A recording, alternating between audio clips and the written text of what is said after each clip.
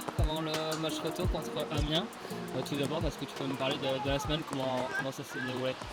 Ça s'est plutôt bien déroulé, assez normalement. J'ai trouvé des filles tout de même concernées, malgré l'écart qu'on a réussi à creuser sur le match aller, malgré aussi une longue saison à travers nos différents matchs, les différentes séances. Et je trouve que voilà, c'est un groupe qui est toujours autant dynamique, qui travaille autant, avec autant d'intensité et de sérieux. Donc c'est de bon augure aussi pour bien terminer les 2 derniers matchs de notre saison.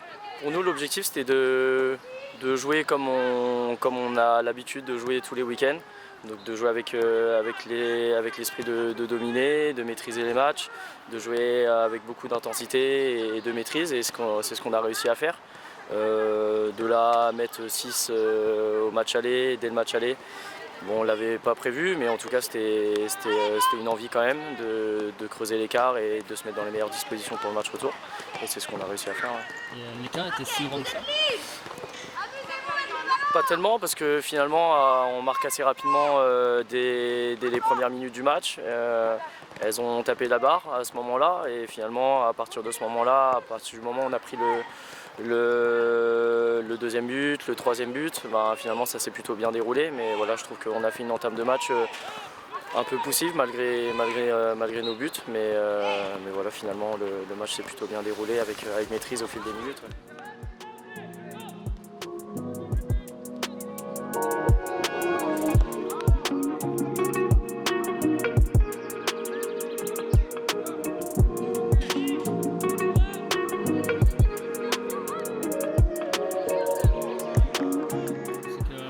Derrière, il y aura aussi cette finale de Coupe de Bretagne. 6-0 au match aller, est-ce qu'on pense peut-être à faire du turnover, à laisser des jeux au repos, à intégrer des jeunes? Moi, comme je te l'ai dit tout à l'heure, pour nous notre ambition c'est de mettre la meilleure équipe possible pour se créer les meilleures certitudes possibles, de le préparer de la meilleure des manières et de creuser l'écart encore et surtout de bien finir. Donc aujourd'hui, une gestion d'effectifs, on l'a eu pendant toute la saison, et je pense qu'on a bien travaillé ensemble. Donc là, il y en a 16 qui sont allés à Amiens, mais c'est beaucoup plus qui ont participé à cette saison-là. Donc on y va avec les meilleures joueuses, avec les joueuses qui sont en forme. La semaine prochaine, il y a encore un match de coupe, donc voilà, c'est aussi une gestion sur toute une saison, mais voilà, il faut qu'on continue à vouloir performer. Ouais.